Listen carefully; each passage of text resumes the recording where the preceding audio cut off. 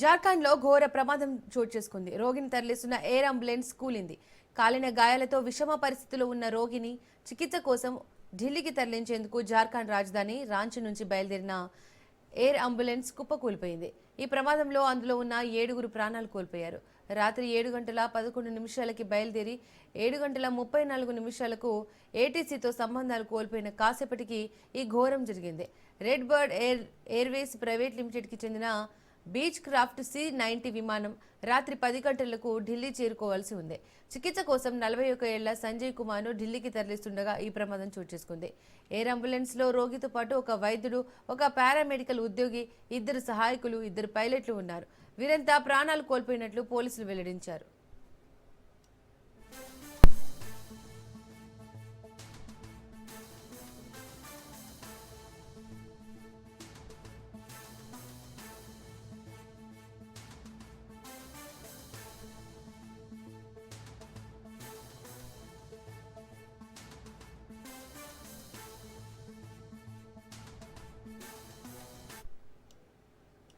జార్ఖండ్ లో ఘోర ప్రమాదం చోటు చేసుకుంది. రోగిని తరలిస్తున్న ఎయిర్ అంబులెన్స్ కూలింది. కాలిన గాయాలతో విషమ పరిస్థితుల్లో ఉన్న రోగిని చికిత్స కోసం ఢిల్లీకి తరలించేందుకు జార్ఖండ్ రాజధాని రాంచీ నుంచి బయలుదేరిన ఎయిర్ అంబులెన్స్ కుప్పకూలిపోయింది. ఈ ప్రమాదంలో అందులో ఉన్న 7 ప్రాణాలు కోల్పోయారు. రాత్రి 7:11 బయలుదేరి 7:34 సమయంలో ఏటీసీతో సంబంధాలు కోల్పోయిన కాసేపటికే ఈ ఘోరం జరిగింది. Red bird Airways private limited కి చెందిన బీచ్ క్రాఫ్ట్ C-90 విమానం రాత్రి 10 గంటలకు ఢిల్లీ చేరుకోవాల్సి ఉంది. చికిత్స కోసం 41 ఏళ్ల సంజయ్ కుమార్ ను ఢిల్లీకి తరలిస్తుండగా ఈ ప్రమాదం చోటు చేసుకుంది. ఎయిర్ అంబులెన్స్ లో రోగితో పాటు ఒక వైద్యుడు, ఒక పారామెడికల్ ఉద్యోగి, 2 సహాయకులు, 2 పైలట్లు ఉన్నారు. వీరంతా కూడా ప్రాణాలు కోల్పోయినట్లు పోలీసులు వెల్లడించారు. హైదరాబాద్ మెట్రో రైలును LNT నుంచి పూర్తిగా స్వాధీనం చేసుకోవాలని తెలంగాణ కేబినెట్ నిర్ణయించింది. ఇప్పటికే దీనిపై ప్రకటన విడుదల చేసిన రాష్ట్ర ప్రభుత్వం స్వాధీనం చేసుకునే ప్రక్రియను పర్యవేక్షించడానికి మంత్రివర్గ ఉపసంఘాన్ని నియమించింది. డిప్యూటీ సీఎం భట్టి విక్రమార్క నేతృత్వంలోని ఈ కమిటీలో మంత్రులు ఉత్తమ్ కుమార్ రెడ్డి, శ్రీధర్ బాబు, జూపల్లి కృష్ణారావు సభ్యులు. గత ఏడాది సూత్రప్రాయంగా జరిగిన ఒప్పందంలో 2,000 కోట్ల ఈక్విటీని ఏకమొత్తంగా LNTకి చెల్లించేలా 13,000 కోట్ల రుణాలను ప్రభుత్వం బదలాయించుకునేలా అవగాహనకొచ్చింది. ఆ తర్వాతే స్వాధీన ప్రక్రియ మొదలైంది. మెట్రో ఆస్తులు, వాటి విలువలు, IDBI క్యాపిటల్, రైళ్లు, ట్రాక్లు, సిగ్నలింగ్ వ్యవస్థ వంటి సాంకేతిక అంశాలపై DMRC ముదింపు చేసి ప్రాథమిక నివేదికలిచ్చాయి.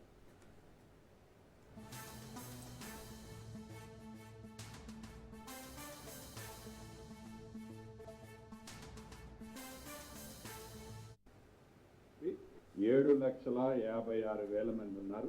ఈ 7,56,000 మందికి సంబంధించి ఆరోగ్య భద్రత విషయంలో కానీ, ప్రమాదాలు సంభవించినప్పుడు వాటికి సంబంధించిన విషయాల గురించి కానీ రాష్ట్ర కేబినెట్ చాలా కీలకమైన నిర్ణయాలు తీసుకోవటం జరిగిందని చెప్పడానికి సంతోషిస్తున్నాను. ఈ ఉద్యోగస్తులు, పెన్షనర్స్కి ₹1 భారం కాకుండా, వారి జేబు నుంచి ₹1 కూడా చెల్లించకుండా, రాష్ట్ర ప్రభుత్వం నుంచి కూడా, ఖజానా నుంచి అదనంగా ₹1 కూడా ఖర్చు కాకుండా, గతంలో ఏ రకంగానైతే సింగరేణిలో, జెన్కోలో ఇన్సూరెన్స్ సిస్టమ్ ద్వారా ఏ ఇన్సూరెన్స్ పాలసీ అమౌంట్ ఈ పెన్షనర్స్, ఉద్యోగస్తులు కట్టకుండా, ఏదైనా దురదృష్టకరమైన సంఘటనలో ఎవరికైనా ప్రాణహాని జరిగితే ఆ కుటుంబానికి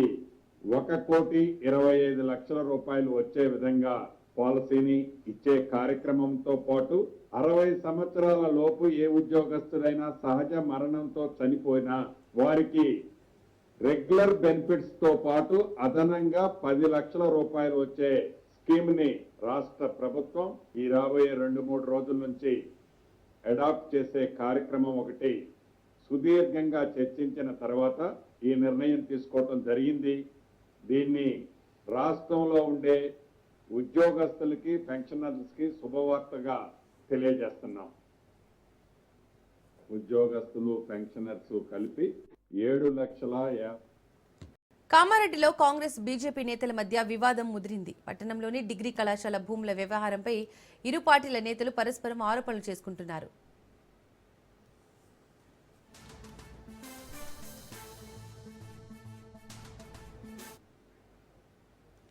తాను తప్పు చేసినట్లు నిరూపిస్తే రాజకీయాలు వదిలిస్తానన్నారు ఎమ్మెల్యే వెంకటరమణారెడ్డి. ఢిల్లీ కాలేజీలో భూముల్లో ఒక్క గజం ఆక్రమించినట్లు తేలినా రాజీనామా చేస్తానన్నారు. కాంగ్రెస్ నేత షబ్బీర్ అలీకి సవాల్ చేశానని, ఎన్ని కేసులు పెట్టినా భయపడేది లేదన్నారు.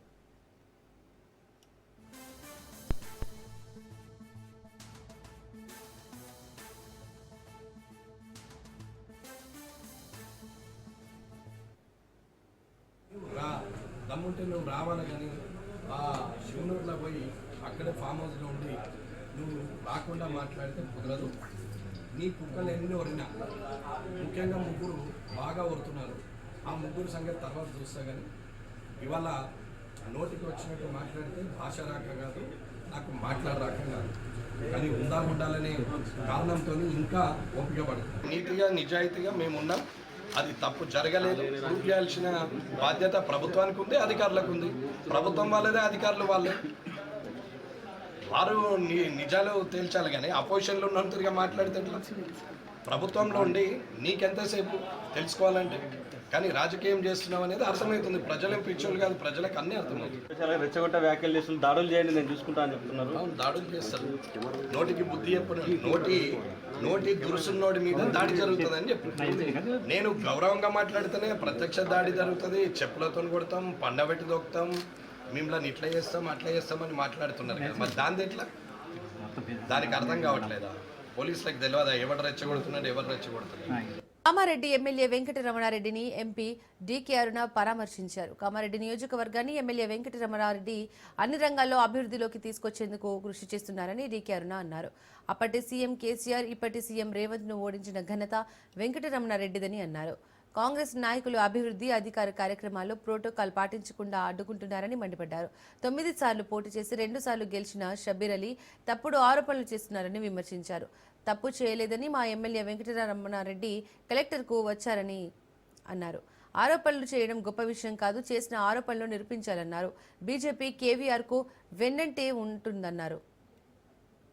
మధ్యలో ఉండి ప్రజలకు సేవలు అందిస్తూ ఈ నియోజకవర్గాన్ని అన్ని రంగాల్లో అభివృద్ధి చేయాలనేటటువంటి ఒక ఆకాంక్షతో ముందుకెళ్తున్నటువంటి శాసనసభ్యున్ని అడుగడుగున అడ్డుకుంటున్నటువంటి రాష్ట్ర ప్రభుత్వం ఒక జైంట్ కిల్లర్ గా ఆనాటి ముఖ్యమంత్రి కేసీఆర్ ను, అప్పటి ముఖ్యమంత్రి ఎన్నికల్లో ఆనాడు ముఖ్యమంత్రిగా ఇక్కడ కంటెస్ట్ చేసి కాబోయే ముఖ్యమంత్రిగా ఆనాడు రేవంత్ రెడ్డి ఈనాటి ముఖ్యమంత్రి ఇద్దరిని కూడా ఇక్కడ ఓడించి ప్రజల మధ్యలో ఉండి ప్రజల ఆశీర్వాదంతో ప్రజెంట్ ముఖ్యమంత్రిని, పాస్ట్ ముఖ్యమంత్రిని ఇద్దరిని ఓడించి గెలిచినటువంటి జైంట్ కిల్లర్ గా పెద్ద ఎత్తున అందరి ఆదరాభరణాలు చూరగొంటున్నటువంటి వెంకటరమణారెడ్డి పైన కక్ష కట్టుకొని, కత్తి కట్టుకొని అధికార పార్టీ అనేక రకాలుగా ఇక్కడ ఆయనని అణిచివేసేటటువంటి ప్రయత్నం ఓ పక్క చేస్తూ ఏ కార్యక్రమాలు చేసినా అభివృద్ధి కార్యక్రమాల్లో, అధికార కార్యక్రమాల్లో వారిని భాగస్వాములుగా చేయకుండా, ఒక ప్రోటోకాల్ ను కూడా పాటించకుండా, శాసనసభ్యునిగా వారికి ఇవ్వాల్సినటువంటి సమాచారాన్ని కూడా ఇవ్వకుండా మంత్రులే వచ్చి తమంతకు తమే అధికారిక కార్యక్రమాల్లో పాల్గొనడం, కేంద్ర ప్రభుత్వ పథకాలను కూడా వాళ్ళని గొప్పలు చెప్పుకోవడం,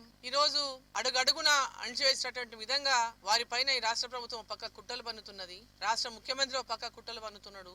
డైరెక్ట్ గా మీరు ఆయన సమాచారం ఇవ్వాల్సిన అవసరం లేదు, మీరు డైరెక్ట్ గా పోయి ప్రోగ్రాములు చేసి వెళ్ళిపోయినటువంటి విధంగా వాళ్ళ మంత్రులు వచ్చి ప్రోగ్రాములు చేసుకొని వెళ్ళిపోతున్నారు. ఎల్లప్పుడు కాంగ్రెస్ ప్రభుత్వంపై మాజీ మంత్రి హరీష్ రావు ఫైర్ అయ్యారు. 2.5 ఏళ్లుగా బిల్లులు రాక అప్పుల పాలై తీవ్ర మనోవేదనకు గురవుతున్న మన ఊరు మనబడి సివిల్ కాంట్రాక్టర్లు తమ ఆవేదన వ్యక్తం చేశారని బీఆర్ఎస్ నేత హరీష్ రావు అన్నారు. కేసీఆర్ ప్రభుత్వంలో పేద విద్యార్థుల కోసం ప్రతిష్టాత్మకంగా చేపట్టిన మన ఊరు మన బడి పనులకు ఎప్పటికప్పుడు బిల్లులు చెల్లించాం. కానీ ఈ కాంగ్రెస్ ప్రభుత్వం అధికారంలోకి వచ్చాక 1500 మంది చిన్న కాంట్రాక్టర్లకు ₹1 కూడా చెల్లించకుండా కక్ష సాధిస్తోందన్నారు. అప్పులు తెచ్చి పనులు చేసిన వారు నేడు మిత్తిలు కట్టలేక రోడ్డున పడ్డారు.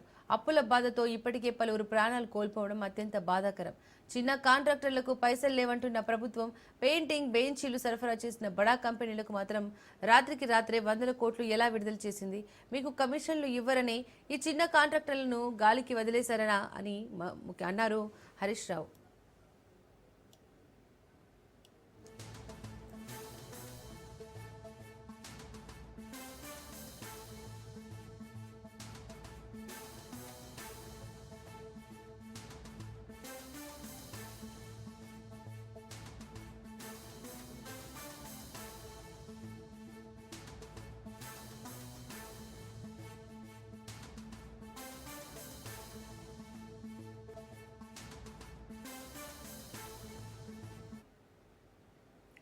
తన పేరుతో ఎలాంటి సంస్థల నిర్వహణకు అనుమతి లేదని బీఆర్ఎస్ వర్కింగ్ ప్రెసిడెంట్ కేటీఆర్ స్పష్టం చేశారు. తన పేరుతో కొంతమంది సంస్థలు ఏర్పాటు చేసిన విషయంపై ఆయన స్పందించారు. తనపై అభిమానం ఉన్నవాళ్లు భారత రాష్ట్ర సమితితో కలిసి పనిచేయొచ్చని కేటీఆర్ విజ్ఞప్తి చేశారు. ఈ మేరకు కేటీఆర్ ఓ ప్రకటన విడుదల చేశారు. కేటీఆర్ సేవా సమితి, కేటీఆర్ సేన పేరుతో కార్యకలాపాలు చేపట్టవద్దని చెప్పారు.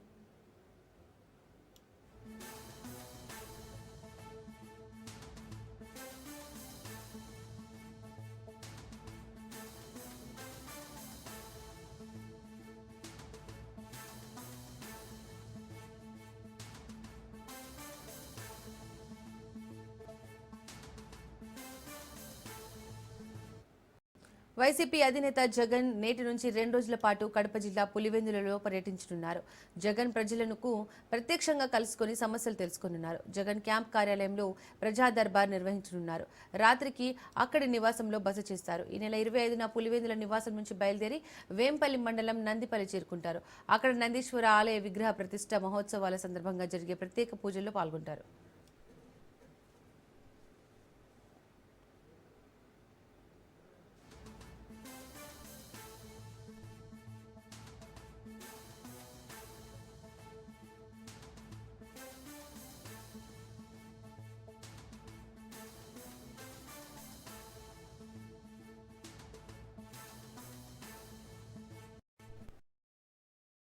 రాజమండ్రి కల్తీ పాల ఘటనపై వైసీపీ చీఫ్ జగన్ స్పందించారు.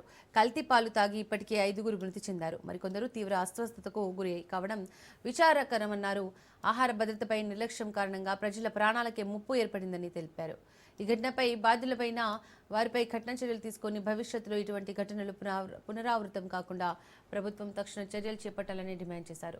ఆసుపత్రిలో చికిత్స పొందుతున్న వారికి అత్యుత్తమ వైద్య సేవలు అందేలా చూడాలని, వారి ఆరోగ్య పరిస్థితిపై నిరంతరం పర్యవేక్షణ ఉండాలని ప్రభుత్వాన్ని కోరారు.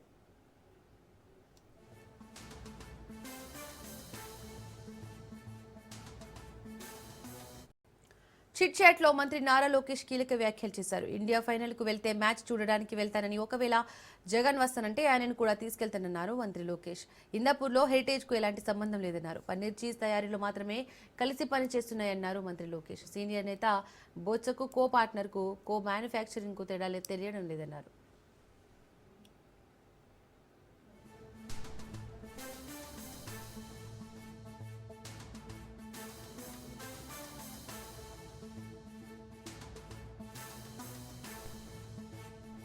మండలి చైర్మన్ చాంబర్ ఎదుట వైసీపీ ఎమ్మెల్సీలు నిరసన వ్యక్తం చేశారు.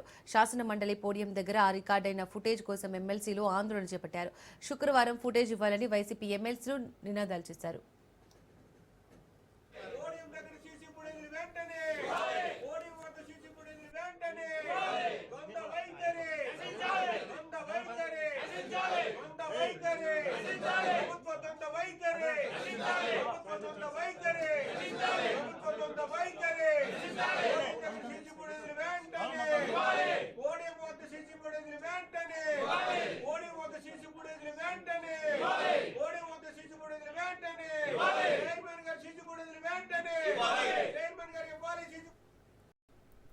తన ఇంటిపై జరిగిన దాడికి చంద్రబాబు, లోకేష్ ఆదేశాలే కారణమని మరోసారి పునరుద్ఘాటించారు మాజీ మంత్రి అంబటి రాంబాబు.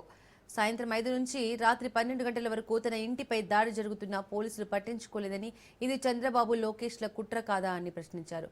తనను అరెస్ట్ చేసి తీసుకెళ్లిన తర్వాత ఆఫీసు, ఇల్లు తగలబెట్టాలని నిర్ణయించుకున్నారన్నారు. 7 గంటలు పోలీసులు నిర్వీర్యంగా ఉండడాన్ని చంద్రబాబు, లోకేష్ ఆదేశాలే కారణమన్నారు. తర్వాత నాకు కొన్ని విషయాలు తెలిసాయి. నేను చాలా బాధపడ్డాను. అదేంటంటే 11:30కి నన్ను తీసుకువెళ్ళిన తర్వాత 11:20 నిమిషాలకు నన్ను ఇక్కడి నుంచి అరెస్ట్ చేసి తీసుకువెళ్ళిన తర్వాత నా ఆఫీసుని, నా ఇల్లుని తగవేయాలని నిర్ణయించుకున్నారు. అది మాకున్నటువంటి సమాచారం ఇంట్లో ఉన్నటువంటి వారి. అప్పుడు దాకా నా భార్య, నా పిల్లలు దానిలో ఉంటే వెనుక నుంచి ఎవరో సహాయం తీసుకుని స్కూటర్ మీద వెళ్లిపోవాల్సిన పరిస్థితి ఏర్పడింది. అంటే ఇల్లు తగలేస్తారు, బర్న్ చేసేస్తారు, సజీవ దహనం చేసేస్తారు అనేటువంటి రూమర్స్ వచ్చాయి. నేను ఒకటి సూటిగా గౌరవనీయులైనటువంటి రాష్ట్ర ముఖ్యమంత్రి గారిని అడుగుతా ఉన్నా, ఆయనే బాధ్యుడని కూడా చెప్తా ఉన్నా. ఎప్పుడైనా పోలీసులు ఇంత నిర్వీర్యంగా ఉన్నారా? 4:30 గంటలకు నేను ప్రెస్ మీట్ పెట్టా. చేసింది పొరపాటు, ఆవేశంలో పర్ ఆఫ్ ది మూమెంట్ లో నేను మాట్లాడాను, అది తప్పు అని చెప్పా. చంద్రబాబు నాయుడు గారు ఈ రాష్ట్ర ముఖ్యమంత్రి సమాధానం చెప్పి చిత్తశుద్ధిగా మీరు మీ చిత్తశుద్ధిని ప్రదర్శించుకోండి. సమాధానాలు చెప్పకపోతే మీరు ఇవన్నీ వాస్తవాలుగా ప్రజలు భావించండి అని ప్రజల్ని నేను మనస్ఫూర్తిగా. మాజీ మంత్రి వైసీపీ సీనియర్ నేత అంబటి రాంబాబును మాజీ మంత్రి ముద్రగడ పద్మనాభం పరామర్శించారు. చంద్రబాబుపై తీవ్ర స్థాయిలో విమర్శలు చేశారు. వైసీపీ నేతలను కూటమి ప్రభుత్వం టార్గెట్ చేస్తోందని ఆరోపించారు. కాపుల సాయంతో గెలిచి వారినే వేధిస్తున్నారని చంద్రబాబుపై విమర్శలు చేశారు ఆయన. అంబటి కుమార్తె మౌనిక ఫైర్ బ్రాండ్ అని ప్రశంసించారు. ఇళ్లపై దాడుల సంస్కృతిని స్వస్తి పలకాలని ప్రభుత్వాన్ని హెచ్చరించారు.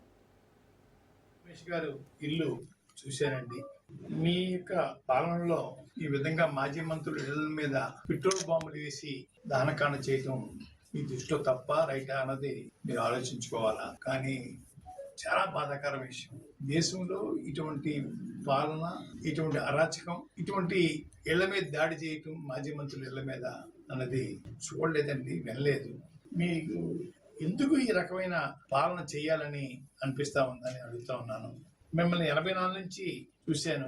ఆ రోజు చంద్రబాబు నాయుడు గారు ఓ రకంగా ఉండేవాళ్ళండి. 99 నుంచి 2004 దాకా చూశాను మిమ్మల్ని. మీలో కుల పిచ్చి కానీ డబ్బు పిచ్చి కానీ నేను చూడలేదండి.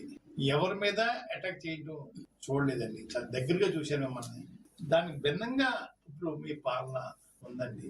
కాపులు, వెనుకబడిన వర్గాలు, దళితుల మీద దాడి చేయటం, ఈ 3 వర్గాలు ఈ రాష్ట్రంలో ఉండకూడదని మీ అభిప్రాయమా?